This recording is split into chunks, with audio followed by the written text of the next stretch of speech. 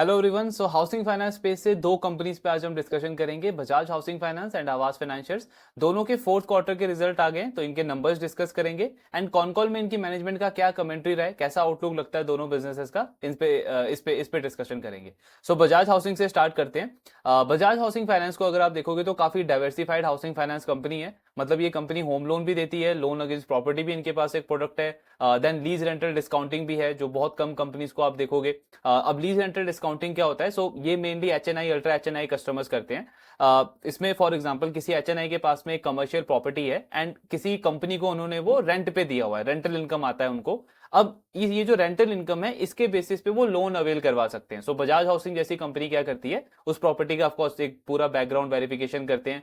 जिसको उन्होंने रेंट पे दिया हुआ है उस कंपनी का क्या बैकग्राउंड है, कितने साल का कॉन्ट्रैक्ट है, तो वो जो फ्यूचर रेंटल इनकम है उसके बेसिस पे बजाज हाउसिंग जो है वो उस कस्टमर को लोन प्रोवाइड करता है। सो काफी सेफ प्रोडक्ट है, लेकिन बहुत कम कंपनीज को आप देखोगे इस प्रोडक्ट को करते हुए। बजाज हाउसिंग इसको करता है। देन ये कंपनी जो है वो डेवलपर फाइनेंसिंग भी करती है। डेवलपर फाइनेंसिंग क्या हो गया, वही जो आप बिल्डर वगैरह को जो लोन देते हो कमर्शियल रेजिडेंशियल प्रॉपर्टी बनाने के लिए। सो अब टेक्निकली इसको बहुत रिस्की प्रोडक्ट माना जाता है, लेकिन बजाज हाउसिंग काफी टाइम से इसको कर रहा है। ग्रोथ भी अच्छा है और एसेट क्वालिटी भी इसमें काफी स्टेबल है इस कंपनी के लिए। तो ये इनका प्रोडक्ट मिक्स है। अब देखते हैं कि Q4 में रिजल्ट कैसा आया है कंपनी का। सो नंबर्स अगर हम देखें तो लोन बुक साइज कंपनी का 1,14,000 करोड़ के आसपास है। 26% का ग्रोथ है इनके लोन बुक के अंदर, ग्रोथ काफी अच्छी है। देन प्रॉफिटेबिलिटी अगर हम देखें तो 587 करोड़ का पैट है। अब इनके पैट में 34 करोड़ का एक इनको टैक्स एडवांटेज मिला था Q4 के अंदर, लेकिन अगर उस 34 करोड़ को आप एक्सक्लूड भी कर दोगे, स्टिल कंपनी का जो पैट है उसमें मोर देन 40% की ग्रोथ है। इसका मतलब क्या कि ऑपरेटिंग लिवरेज मिला है कंपनी को। लोन बुक ग्रोथ 26%, पैट का ग्रोथ 40% से भी ज्यादा आया है। क्यों? बिकॉज ओपेक्स टू एनटीआई जो आप देख रहे हो, यानी operational expenses to net total income, ये 21.7 है इस साल। पिछले साल ये 27-28% था। इसका मतलब क्या हुआ कि कंपनी के operational expenses in comparison to operational income, उसमें काफी गिरावट आई है, एक्सपेंसेस कम हुए हैं, जिसका बेनिफिट कंपनी को बॉटम लाइन के अंदर मिला है। पैट ग्रोथ काफी अच्छा आया है कंपनी का। एसेट क्वालिटी तो इनकी स्टेबल ही है। किससे आई मीन 3-4 क्वार्टर से अगर आप देखोगे तो यही 2.29% का ग्रॉस एनपीए कंपनी का। क्रेडिट कॉस्ट भी सिर्फ 0.12% है। आरओई जरूर 12% दिख रहा है, लेकिन क्योंकि इनका आईपीओ आया FY25 में, इक्विटी रेज की कंपनी ने, इसलिए आरओई जो है वो कम हो गया, 12% के आसपास है। देन प्रोडक्ट वाइज अगर हम ग्रोथ देखें तो सबसे ज्यादा ग्रोथ है इनके डेवलपर फाइनेंसिंग वाले प्रोडक्ट के अंदर। हालांकि इसका जो टोटल कंट्रीब्यूशन है लोन बुक में वो अभी सिर्फ 12-13% है, बट काफी फास्ट पेस पे बजाज हाउसिंग अभी इस प्रोडक्ट को ग्रो कर रहा है। देन कॉस्ट ऑफ फंड अगर आप बजाज हाउसिंग का देखोगे तो 7.9% है। 10 बेसिस पॉइंट का इंक्रीज है इसमें लास्ट ईयर के कंपैरिजन में। अब इनके कॉस्ट ऑफ फंड को जब हम देखते हैं बाकी कंपनीज के कंपैरिजन में तो काफी डिफरेंस दिखता है। बाकी हाउसिंग फाइनेंस कंपनीज का हमको कॉस्ट ऑफ फंड दिखता है 8.5 8.6 के बीच में। तो उसका एक मेजर डिफरेंस ये भी है कि एक तो बजाज ग्रुप है ऑफकोर्स, दूसरा इनका जो प्रोडक्ट सेगमेंट है, जो कस्टमर सेगमेंट है, वो काफी डिफरेंट है। ये कंपनी प्राइम लोन मेनली देती है, 45 लाख 50 लाख 60 लाख के लोन ज्यादातर ये कंपनी प्रोवाइड करती है। सैलरीड कस्टमर्स इनके पास हैं ज्यादातर, और जिनका सिबिल स्कोर काफी अच्छा होता है, इसीलिए रिस्क कम है। तो इनको मार्केट से कॉस्ट भी काफी मतलब जो कैपिटल ये रेज करते हैं उसकी कॉस्ट भी काफी कम पड़ती है। इसलिए आप देखोगे स्प्रेड भी कंपनी का सिर्फ 1.8% है। जब हम बात करते हैं इंडिया शेल्टर की, आवाज की या होम फर्स्ट का, उनका स्प्रेड 5 से 6% के बीच में है, बिकॉज वो लो इनकम ग्रुप को लोन दे रहे हैं। टिकट साइज काफी छोटा है, इनका प्रोडक्ट मिक्स भी अलग है, कस्टमर सेगमेंट भी अलग है, इसीलिए कंपनी का स्प्रेड भी कम दिखता है और कॉस्ट ऑफ फंड भी कम है कंपनी का। Then asset quality, ROE already हमने डिस्कस किया। ये बजाज का पूरा ग्रुप है, आप एक बार ग्रो थ्रू कर सकते हो। फिर अगर आप ये जर्नी देखोगे कंपनी की लास्ट 7 ईयर्स की, 2018 में कंपनी स्टार्ट हुई थी, तो कंपनी का लोन बुक ग्रो किया है 64% पे और प्रॉफिट ग्रो किया है 116% पे। मतलब ग्रोथ जबरदस्त रही है लास्ट 5-6-7 ईयर्स में, लेकिन अब क्योंकि बेस बड़ा हो गया है तो ऑफकोर्स वो ग्रोथ रेट तो रेप्लीकेट नहीं हो सकता, लेकिन अभी भी ठीक ठाक रेट पे कंपनी ग्रो कर रही है। ये 4 मेन प्रोडक्ट्स हैं जो हमने डिस्कस किया: home loan, lease rental discounting, loan against property end developer finance. Guidance की अगर हम बात करें तो मीडियम टर्म में अपने गाइडेंस को इन्होंने मेंटेन रखा है। कंपनी कह रही है कि 24 से 26% का ग्रोथ हम टारगेट कर रहे हैं। यही इन्होंने आईपीओ के टाइम पे भी बोला था, अभी भी सेम एग्जीक्यूशन है और आगे का भी गाइडेंस सेम रखा है कंपनी ने। ग्रॉस एनपीए का कहना है 40 से 60 बेसिस पॉइंट पे रहेगा, एसेट क्वालिटी यानी अच्छी रहेगी। क्रेडिट कॉस्ट 20 से 25 बेसिस पॉइंट, यानी प्रोविजनिंग भी बढ़ाने की जरूरत नहीं पड़ेगी। और आपका आरओए 2.2% जो अभी करंटली है कंपनी का। आरओई का गाइडेंस इन्होंने 13 से 15% दिया, यानी ये जो 12% का आरओई है ये डेफिनेटली आगे चल के इंप्रूव करेगा, और जो इनका एवरेज 15% के आसपास आरओई रहता है वहां तक कंपनी को ने लेके जाने का इसको गाइडेंस दिया है। सबसे इंपॉर्टेंट चीज ओपेक्स टू एनटीआई, इस ये अभी हमने देखा कि 21.7% है, यानी ऑलमोस्ट 22%। कंपनी कह रही है आगे चल के ये 14 से 15% में आएगा। इसका मतलब क्या, ऑपरेशनल एक्सपेंसेस इनकम के कंपैरिजन में और कम होते जाएंगे, यानी ऑपरेटिंग लिवरेज मिलेगा, यानी पैट का ग्रोथ बहुत हाई चांस है इनके लोन बुक के ग्रोथ से ज्यादा ही रहेगा आने वाले क्वार्टर्स के अंदर भी। सो ये गाइडेंस इन्होंने काफी अच्छा दिया है मीडियम टर्म का। तो रिजल्ट अच्छे ओवरऑल। अब देखते हैं कि कॉन कॉल के अंदर मैनेजमेंट का कैसा कमेंट्री है, क्या आउटलुक है आने वाले क्वार्टर्स एंड नेक्स्ट फाइनेंशियल के लिए। सो मैनेजमेंट का कहना है कि ग्रोथ वगैरह तो काफी अच्छी है। अब एक बजाज हाउसिंग फाइनेंस जो है वो एक डिफरेंट स्ट्रेटेजी फॉलो कर रहा है। सो जैसा हमने बजाज फाइनेंस को आपने देखा होगा कि इन्होंने स्टार्ट किया था कंज्यूमर लोन से। कंपनी क्या करती थी, टीवी, रेफ्रिजरेटर, एसी, इन सब के ऊपर लोन प्रोवाइड करती थी, और वहां से इन्होंने इतना बड़ा प्रोडक्ट बास्केट डेवलप किया। मतलब आज अगर आप बजाज फाइनेंस के पास जाओगे तो हार्डली ऐसा कोई प्रोडक्ट है जो बजाज फाइनेंस जिसके अगेंस्ट में आपको लोन प्रोवाइड नहीं कर सकता।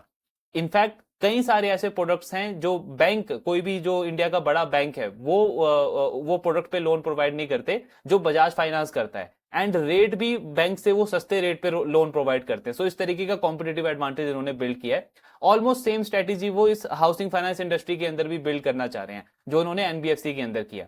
कंपनी क्या कर रही है, सिर्फ एक हाउसिंग फाइनेंस या एक होम लोन वाली कंपनी बन के नहीं रहना चाहती है, पूरा जो मॉर्गेज यूनिवर्स है इंडिया का उसको कैप्चर करने का इनका टारगेट है। सो स्टार्ट तो उन्होंने होम लोन से किया, देन ऑलरेडी हमने देखा 3 प्रोडक्ट्स के अंदर ये कंपनी एंटर कर चुकी है। अब ये कंपनी क्या कर रही है, सेम प्रोडक्ट के अंदर, सेम मार्केट के अंदर अलग अलग टिकट साइज के अंदर प्ले करने का इनका टारगेट है। सो कंपनी अभी आज के टाइम पे अफोर्डेबल हाउसिंग सेगमेंट के अंदर भी एंटर कर रही है, एंड जो आपका नियर प्राइम कैटेगरी होता है जो 30 लाख 40 लाख का जो होम लोन होता है, मतलब अफोर्डेबल हो गया आपका 5 लाख से लेके 20 लाख, प्राइम हो गया आपका 50-60 लाख का, और जो नियर प्राइम हो गया 30 लाख के आसपास 40 लाख के आसपास, उसके अंदर भी कंपनी एंटर कर रही है। प्लस जो इंक्रीमेंटल ब्रांचेस ये ओपन कर रहे हैं वो नॉन मेट्रो सिटीज के अंदर कर रहे हैं। इन सारी चीजों से क्या हो रहा है कि इनका इन प्रोडक्ट्स के अंदर जो लोन है, जो यील्ड है, वो 180 बेसिस पॉइंट बेटर है जो इनके ऑन बुक यील्ड आप देख रहे हो। इनका ऑन बुक पे जो आप यील्ड है वो 9.6 9.7% के आसपास है, लेकिन इन प्रोडक्ट्स में ये जो 3 प्रोडक्ट्स कंपनी कर रही है इनमें यील्ड इनका 180 बेसिस पॉइंट यानी 1.8% बेटर है compare to on book yield. तो मतलब क्या हुआ कि मेरी प्रॉफिटेबिलिटी और इंप्रूव हो सकती है, बिकॉज मार्केट से जो मैं पैसा उठा रहा हूं वो तो वही रेट पे उठाऊंगा 7.98% के आसपास, बिकॉज वहां तो मैं एक प्राइम लेंडर हूं, सैलरीड कस्टमर्स को ज्यादा टारगेट करता हूं। लेकिन क्योंकि मेरा मार्केट साइज अलग होता जा रहा है, मेरा मार्केट साइज डाइवर्सिफाइड होता जा रहा है, तो मेरा यील्ड जो है वो बढ़ जाएगा, मेरी प्रॉफिटेबिलिटी बढ़ने का चांस है। सो ये स्ट्रेटेजी कंपनी फॉलो कर रही है, और इनका कहना है कि अभी तक का रिस्पॉन्स अच्छा आया हमको, कस्टमर्स में ग्रोथ भी अच्छी है, एंड एसेट क्वालिटी भी अभी तक हम काफी स्टेबल देख रहे हैं वहां से। देन क्रेडिट कॉस्ट में कंपनी का कहना है कि 20 से 25 बेसिस पॉइंट का हमारा क्रेडिट कॉस्ट रहेगा। अब इसमें कंपनी क्या करती है, डायरेक्ट असाइनमेंट भी करती है। डायरेक्ट असाइनमेंट क्या होता है, जैसे कोई एनबीएफसी उन्होंने लोन बुक बिल्ड किया, बाद में वो आगे चल के किसी बड़ी एनबीएफसी को या फिर किसी बैंक को वो सेल कर देते हैं, तो उसके अगेंस्ट में वो फी चार्ज करते हैं। सो डायरेक्ट असाइनमेंट अगर आप देखोगे बजाज हाउसिंग का तो 12 से 15% है इनके टोटल लोन बुक का। कंपनी कह रही है हमारा क्रेडिट कॉस्ट जो है वो वैसे 20 से 25 बेसिस पॉइंट रहेगा, लेकिन जिस फाइनेंशियल ईयर में हमारा डायरेक्ट असाइनमेंट ऑलमोस्ट 12-15% के बीच में रहेगा, मतलब पूरा ज्यादा करेंगे हम डायरेक्ट असाइनमेंट, तो नेचुरली हमारा क्रेडिट कॉस्ट जो है वो कम हो जाएगा। जैसे इस साल आप देखोगे इनका credit cost around 15 basis point है, इस क्वार्टर में सिर्फ 12 बेसिस पॉइंट है। सो वो क्यों है, कंपनी ने लगभग 15% जो अपना बुक है वो सेल किया है पूरे फाइनेंशियल ईयर के अंदर। तो वही इनका कहना है, क्योंकि ईसीएल जो हमने डिस्कस किया था होम फर्स्ट फाइनेंस के कॉन कॉल में, ईसीएल के अंदर क्या होता है कि एक लेंडर को स्टेज 1, स्टेज 2, स्टेज 3 इन तीनों एसेट के अगेंस्ट में प्रोविजनिंग करनी पड़ती है। स्टेज 1 एसेट वो होता है जिसमें मतलब कोई प्रॉब्लम नहीं है, जो आपका कस्टमर है वो टाइम पे लोन रीपे कर रहा है, कोई ऐसा डिफॉल्ट नहीं है उसमें। स्टिल आपको 1 ईयर के बेसिस पे अपना मैक्रो एनवायरनमेंट देखते हुए, पास्ट का ट्रैक रिकॉर्ड देखते हुए थोड़ा बहुत प्रोविजनिंग करना पड़ता है। तो जब लेंडर असाइनमेंट करेगा, यानी एक पार्ट जो है बुक का उसने वो सेल कर दिया, तो उस वाले बुक के लिए ऑफ कोर्स वो प्रोविजनिंग की भी जरूरत नहीं पड़ेगी, तो प्रोविजनिंग उसका घट जाएगा, so naturally credit cost improve हो जाएगा। तो डायरेक्ट असाइनमेंट कंपनी कह रही है कि जिस साल हमारा ज्यादा रहेगा उस साल आपको दिखेगा क्रेडिट कॉस्ट हमारे गाइडेड नंबर से भी कम हो जाएगा, यानी प्रॉफिटेबिलिटी और अच्छी हो सकती है कंपनी की। देन कॉस्ट ऑफ फंड पे इन्होंने अभी, जैसे आपने देखा होगा, इंटरेस्ट रेट कट हुए हैं, 2 इंटरेस्ट रेट कट हुए हैं 25 बेसिस पॉइंट से, ओवरऑल 50 बेसिस पॉइंट का कॉस्ट आरबीआई ने रेपो रेट कट किया है। इस कंपनी ने वो सारा का सारा पास ऑन कर दिया अपने कस्टमर्स को, हालांकि खुद अपने बुक के ऊपर इनको वो एडवांटेज अभी तक नहीं मिला है, लेकिन स्टिल कंपनी ने कस्टमर्स को वो बेनिफिट पास ऑन कर दिया है। इससे हमको समझ में आता है कि इंडस्ट्री का कॉम्पिटिटिव नेचर, कॉम्पिटिटिव इंटेंसिटी कितनी ज्यादा है, बिकॉज ये प्राइम सेगमेंट में डील करते हैं, वहां पे आपके प्राइवेट बैंक्स भी हैं, बहुत सारी बड़ी एनबीएफसीज भी हैं, और पीएसयूज, पब्लिक सेक्टर बैंक्स भी वहां पे हैं, तो कॉम्पिटिटिव इंटेंसिटी उसमें बहुत ज्यादा है, इसलिए कस्टमर जो है वो रेट सेंसिटिव होता है। सो इमीडिएटली अगर आप रेट पास ऑन नहीं करोगे तो चांसेस है कि आपका बीटी आउट बढ़ जाएगा। बीटी आउट मतलब क्या? Balance transfer. तो इसीलिए कंपनी ने वो पूरा बेनिफिट पास ऑन कर दिया है। कंपनी क्या कह रही है कि अगले साल के लिए ऑलमोस्ट 75 बेसिस पॉइंट जो है वो रेपो रेट कट होगा। 50 बेसिस पॉइंट ऑलरेडी हो चुका है, एक रेट कट और एक्सपेक्टेड है नियर फ्यूचर के अंदर, तो 75 बेसिस पॉइंट का तो बिल्कुल रेपो रेट कट होगा। इसके कंपैरिजन में हमको ऑलमोस्ट 45 से 50 बेसिस पॉइंट का इंप्रूवमेंट मिलेगा हमारे कॉस्ट ऑफ फंड के अंदर। कॉस्ट ऑफ फंड अभी अराउंड 8% है इनका, सो वो 45 से 50 बेसिस पॉइंट इंप्रूव होगा। लेकिन सॉरी, कॉस्ट ऑफ फंड इनका 30 से 35 बेसिस पॉइंट इंप्रूव होगा, बट कंपनी जो आगे रेट बेनिफिट पास ऑन करेगी वो 45 से 50 बेसिस पॉइंट करेगी। तो अगर आप देखोगे तो गैप बढ़ गया, 10 टू 15 बेसिस पॉइंट का गैप बढ़ गया, क्योंकि मेरे को जो एडवांटेज मिलेगा वो 30 से 35 बेसिस पॉइंट मिलेगा, लेकिन मैं आगे कस्टमर को जो एडवांटेज दे रहा हूं वो 45 से 50 बेसिस पॉइंट का दे रहा हूं, यानी 10 से 15 बेसिस पॉइंट मैं एक्स्ट्रा पेन ले रहा हूं अपने यील्ड के ऊपर। तो नेचुरली यील्ड कम हो जाएगा कंपनी का, और वही इन्होंने गाइडेंस दिया है कि FY26 के अंदर 10 टू 15 बेसिस पॉइंट का प्रेशर रह सकता है हमारे यील्ड और नेट इंटरेस्ट मार्जिन के ऊपर। लेकिन यहाँ पे जो इनकी वो स्ट्रेटेजी है कि कंपनी अफोर्डेबल हाउसिंग सेगमेंट के अंदर एंटर कर रही है, नियर प्राइम के अंदर एंटर कर रही है, नॉन मेट्रो सिटीज के अंदर एंटर कर रही है, सो इनका कहना है ये वाली स्ट्रेटेजी हमको हेल्प करेगी कि ये 10 से 15 बेसिस पॉइंट का जो इंपैक्ट आएगा यील्ड पे, मार्जिन पे, उसको कुछ हद तक मैनेज करने पे। मतलब ऐसा नहीं है कि बिल्कुल भी नहीं इंपैक्ट आएगा, लेकिन 10-15 बेसिस पॉइंट का पूरा इंपैक्ट नहीं पड़ने देंगे हम उसको, काफी हद तक हम मैनेज कर लेंगे अपने प्रोडक्ट मिक्स को चेंज करके। सो ये ओवरऑल स्ट्रेटेजी है कंपनी की। देन बाकी इनका ग्रोथ वगैरह तो इन्होंने कंटिन्यू ही रखा है। कंपटीशन को लेकर के कंपनी का कहना है कि कंपटीशन इंटेंसिटी बहुत बढ़ गया सडनली, जैसे रेट कट हुआ, जो फर्स्ट रेट कट हुआ था आपका आरबीआई की तरफ से, तब कंपटीशन इंटेंसिटी बहुत बढ़ गया। मार्च में हमने प्राइवेट बैंक्स की तरफ से भी देखा कि बहुत एग्रेसिव प्ले रखा उन्होंने, बीटी आउट वगैरह ज्यादा रहा, उसी के लिए हमने एक्स्ट्रा बेनिफिट पास ऑन किया अपने कस्टमर्स को। अभी जो रेट कट हुआ है उसको देखते हुए कितना कॉम्पिटिटिव इंटेंसिटी है इसका आइडिया हमको नेक्स्ट 10 टू 15 डेज के अंदर लगेगा, बट उसी को मैनेज करने के लिए एक्चुअली इन्होंने एक्स्ट्रा बेनिफिट पास ऑन किया अपने कस्टमर्स को।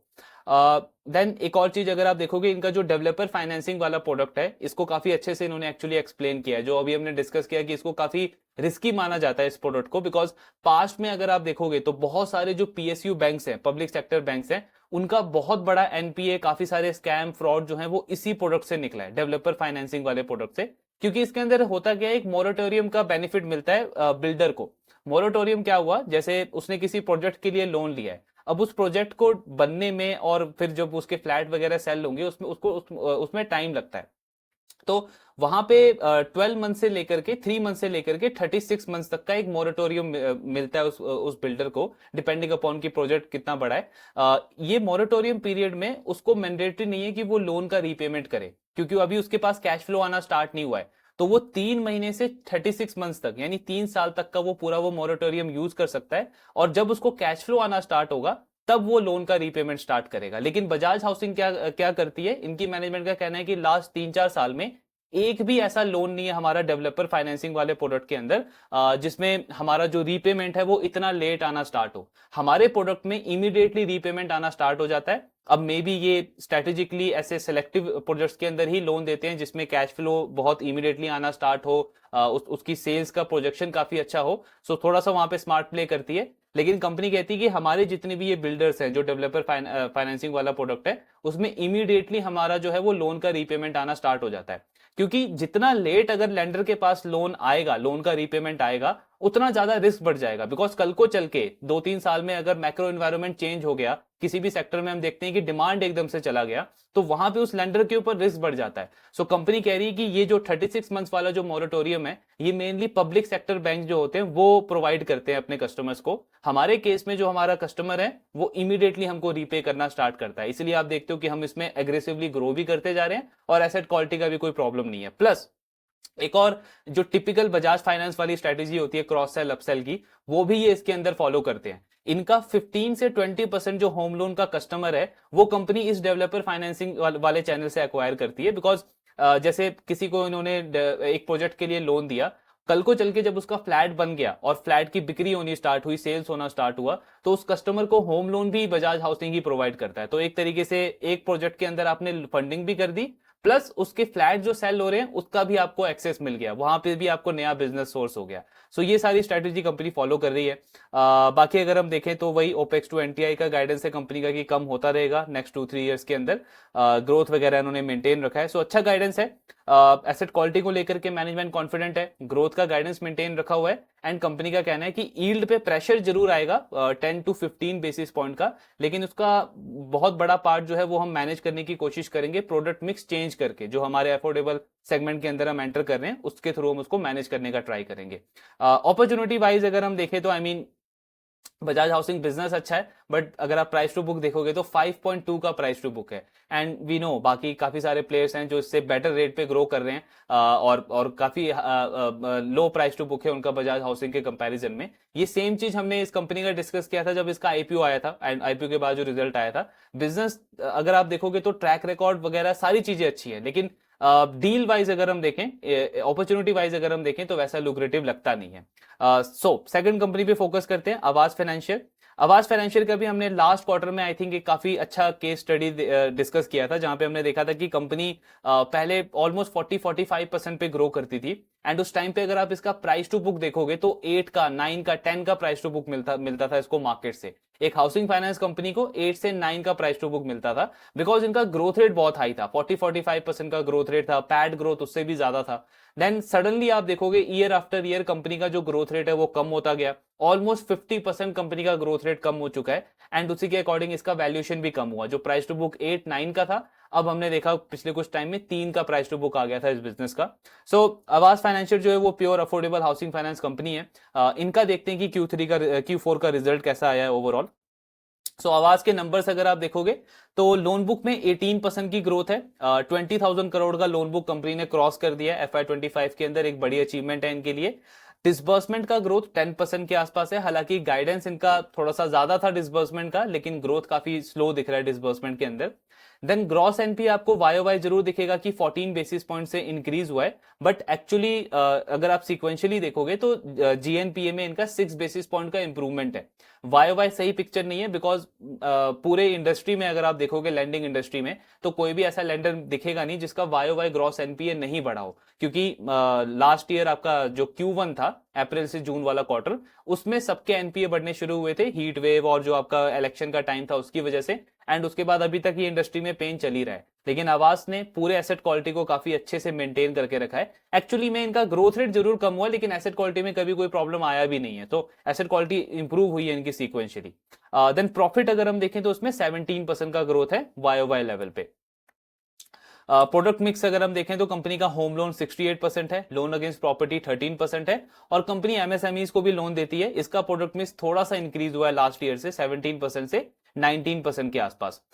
लोन बुक का कंसंट्रेशन अगर हम देखें तो थोड़ा बहुत डाइवर्सिफाइड लोन बुक हो चुका है आज के टाइम पे। पहले राजस्थान में काफी ज्यादा एलोकेशन था, अब 33% है, बट स्टिल राजस्थान महाराष्ट्र इन दो स्टेट के अंदर ही कंपनी का मोर देन 50% कॉन्सेंट्रेशन है। हालांकि अभी कंपनी इंक्रीज करती जा रही है बाकी स्टेट्स के अंदर भी अपना लोन बुक का एलोकेशन, तो विद टाइम ये और ज्यादा कम हो जाएगा आने वाले टाइम में। देन इनका अगर आप ब्रांच एडिशन देखोगे तो 30 ब्रांचेस इन्होंने ऐड करे हैं पूरे साल में, और ये नंबर काफी लो लगता है, बिकॉज हम इंडिया शेल्टर को ट्रैक करते हैं, होम फर्स्ट को ट्रैक करते हैं। इंडिया शेल्टर एक छोटे बेस के ऊपर भी 40 से 45 ब्रांचेस ऐड कर रहा है। आवास को अगर आप देखोगे तो 397 ब्रांचेस है, बट सिर्फ 30 ब्रांचेस इन्होंने और ऐड करे हैं इस पूरे साल में, यानी 8-9% का ब्रांच एक्सपेंशन रहा है कंपनी का। देन यील्ड अगर आप देखोगे कंपनी का तो इसमें 5 बेसिस पॉइंट का रिडक्शन है। लास्ट क्वार्टर में 13.18% का यील्ड था, अब 13.13% का यील्ड है। और कॉस्ट ऑफ फंड स्टेबल है, जितना लास्ट क्वार्टर था उतना ही लास्ट क्वार्टर है, लेकिन यील्ड क्योंकि कम हुआ है इसका प्रेशर कंपनी के स्प्रेड पे देखने को मिला है। 4.89% का स्प्रेड है। ये स्प्रेड एक टाइम पे 5% से भी ज्यादा था कंपनी का, लेकिन आप देखोगे तो कंसिस्टेंटली हर एक क्वार्टर में कंपनी का स्प्रेड कम हुआ है, और जिसका इंपैक्ट इनका निम के ऊपर, ओवरऑल प्रॉफिटेबिलिटी के ऊपर भी पड़ा है। ओपेक्स का अगर हम नंबर देखें, ओपेक्स टू एयूएम, सो इसमें एक अच्छी चीज ये है कि लास्ट ईयर के कंपैरिजन में 26 बेसिस पॉइंट का इंप्रूवमेंट है। मैनेजमेंट का गाइडेंस हालांकि 25 बेसिस पॉइंट का था, लेकिन उससे थोड़ा सा बेटर इन्होंने किया है। तो क्योंकि एक दो साल जो है आवास ने बहुत ज्यादा स्पेंडिंग करी है अपने टेक्नोलॉजी के ऊपर। कंपनी कह रही थी हम अपने टेक को स्ट्रॉन्ग कर रहे हैं, जिससे एक सस्टेनेबल ग्रोथ आएगा हमारे बिजनेस के अंदर। सो वो पार्ट अब कंप्लीट हो चुका है, एंड अब इनका जो ऑपरेशनल एक्सपेंसेस है उसमें इंप्रूवमेंट दिख रहा है। 26 बेसिस पॉइंट का इंप्रूवमेंट है इस साल। बाकी ग्रॉस एनपीए वगैरह हमने ऑलरेडी डिस्कस किया। 1+ डीपीडी भी अगर आप देखोगे आवास का तो ये भी इंप्रूव हो रहा है, लास्ट 2-3 क्वार्टर से कंसिस्टेंटली इंप्रूव हो रहा है। और ये क्या इंडिकेट करता है, एक लेंडर का फ्यूचर का एसेट क्वालिटी कैसा रहने वाला है, वो उसका 1+ डीपीडी, 2+ डीपीडी, ये सारे बकेट जो हैं वो इंडिकेट करते हैं। देन लास्टली अगर हम इनका प्रॉफिटेबिलिटी का नंबर देखें तो सिर्फ 8% का ग्रोथ है कंपनी का पैट में फोर्थ क्वार्टर के अंदर। फुल ईयर में जरूर 17% का ग्रोथ दिख रहा है, लेकिन Q4 में सिर्फ 8% का ग्रोथ है। क्योंकि एक तो इनका जो इंटरेस्ट कॉस्ट है वो काफी बढ़ गया है, 20% फाइनेंस कॉस्ट इंक्रीज हुआ है, जबकि आपका जो इंटरेस्ट इनकम है वो सिर्फ 17-18% से बढ़ा है। प्लस ऑपरेशन एक्सपेंसेस कंपनी के फोर्थ क्वार्टर में काफी ज्यादा इंक्रीज हो गए फिर से 19% से।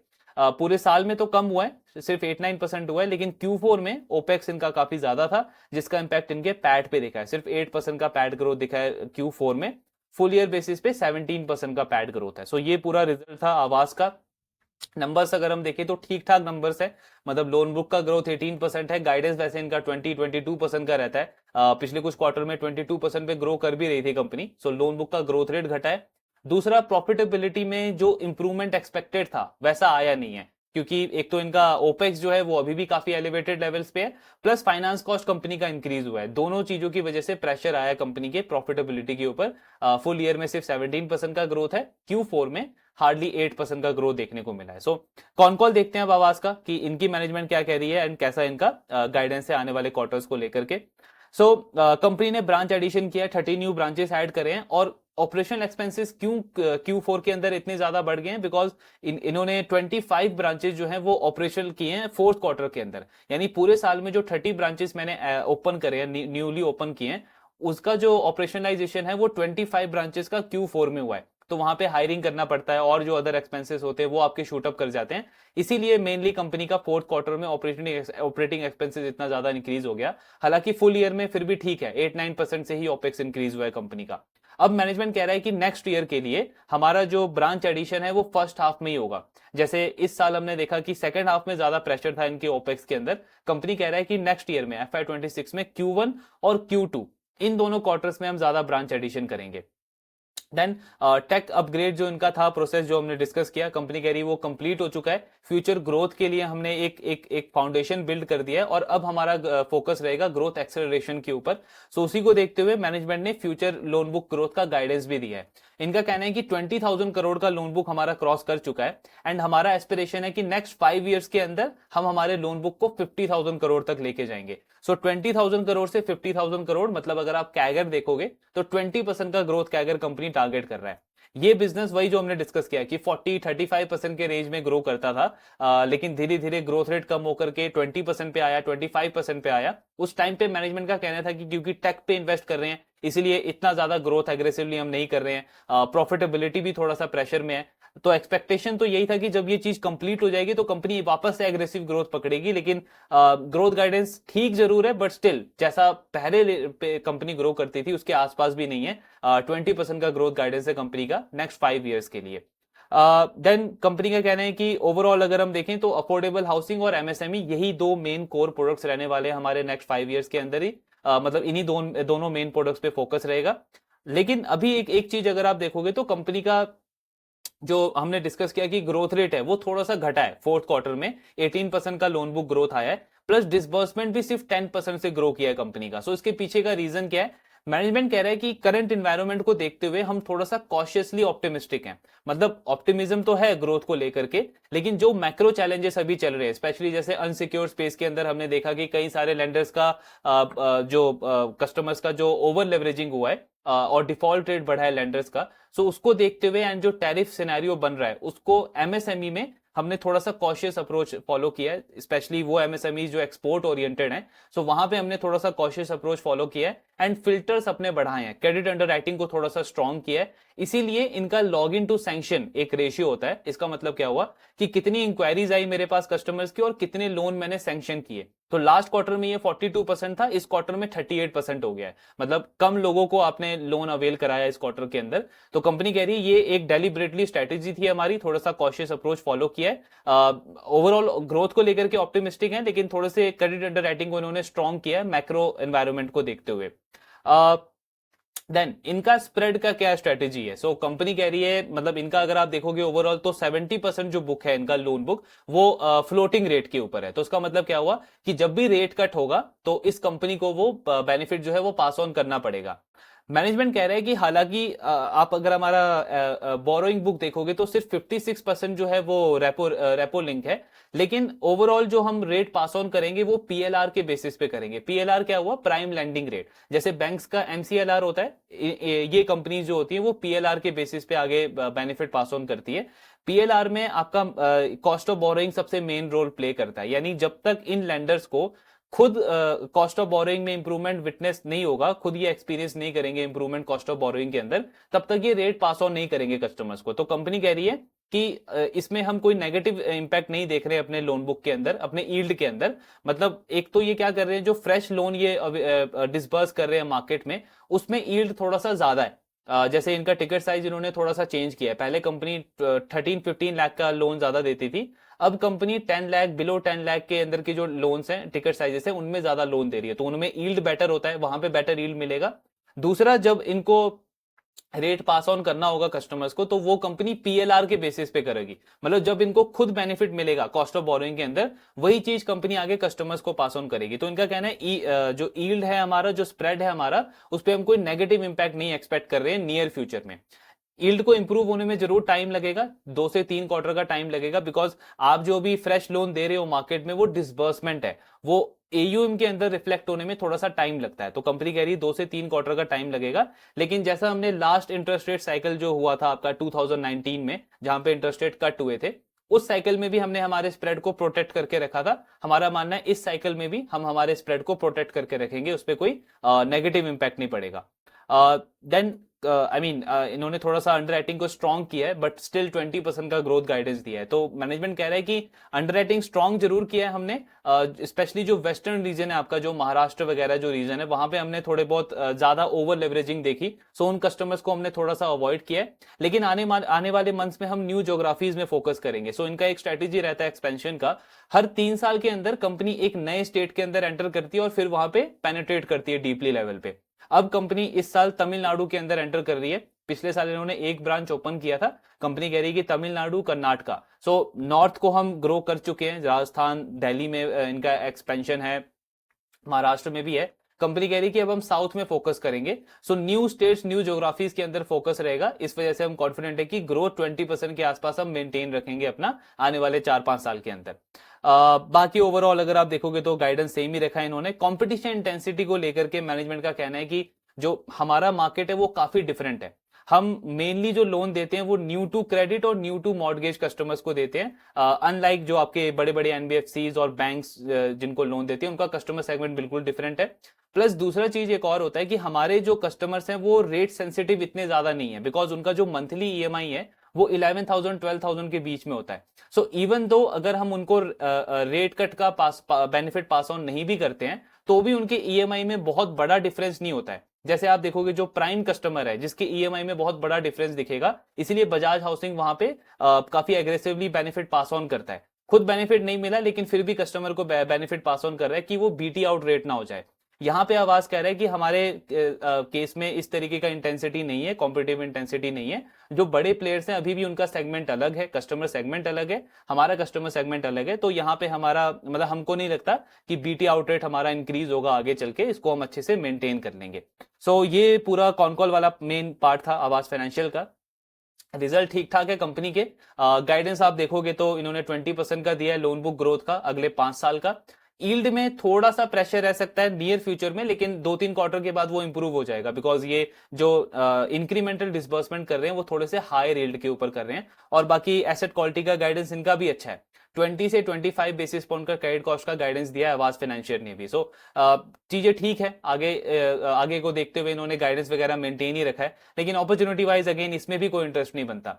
एक्चुअली आवाज फाइनेंशियल मुझे काफी हाइप्ड स्टॉक लगता है, मतलब आप मीडिया में या सोशल मीडिया में देखोगे सो बहुत लोग इसकी बातें करते हैं कि स्टॉक अंडर वैल्यूड है या इस तरीके का इसका फ्यूचर स्कोप काफी अच्छा लगता है, जस्ट बेस्ड ऑन की मैनेजमेंट का पास्ट का ट्रैक रिकॉर्ड अच्छा है। सो वो वही पॉइंट हमने बार बार डिस्कस किया है कि मैनेजमेंट पास्ट में कितना भी उसका सक्सेस स्टोरी अच्छा रहा हो, वो स्टॉक का फ्यूचर डिसाइड नहीं कर सकता, बिकॉज बिजनेस जब तक परफॉर्म नहीं करेगा, इंडस्ट्री का नंबर 1 प्लेयर नहीं बनेगा, तो वैसा री रेटिंग उसको नहीं मिलेगा मार्केट से। अब अगर आप आवाज को देखो तो 3.7 3.8 का प्राइस टू बुक है इसका, एंड ग्रोथ सिर्फ 20% है। इस क्वार्टर में तो 18% किया।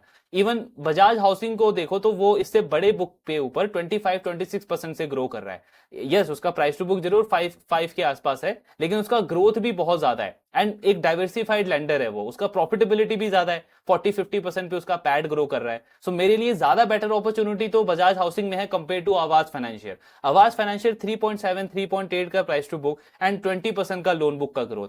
होम फर्स्ट 30% का लोन बुक का ग्रोथ, एप्टस 30% का लोन बुक का ग्रोथ, इंडिया शेल्टर 35-40% का लोन बुक का ग्रोथ। तो ये सारे प्लेयर्स बहुत बेटर लगते हैं इन टर्म्स ऑफ अपॉर्चुनिटी जब आप इनको कंपेयर करोगे आवाज के साथ में, बिकॉज इन तीनों चारों का जो प्राइस टू बुक है ये या तो आवाज से बेटर है या आवाज के आसपास ही है। सो बिजनेस वाइज आवाज ठीक है, चीजें थोड़ी सी अब इंप्रूव हो रही है। नेक्स्ट ईयर इनका ऑपरेटिंग लेवरेज थोड़ा आना चाहिए, प्रॉफिटेबिलिटी का ग्रोथ अच्छा रहना चाहिए, बिकॉज ऑपरेशन एक्सपेंसेस कंसिस्टेंटली कम होते जा रहे हैं अब कंपनी के लिए। लेकिन still I mean deal wise अगर हम देखें तो कुछ खास लुक्रेटिव अपॉर्चुनिटी लगती नहीं है। ट्रैकिंग कंटिन्यू रखेंगे बिकॉज वहीं से इंसाइट मिलेगा पूरी इंडस्ट्री का। बाकी आपके जो डाउट्स है शेयर करते रहिए। Thank you very much.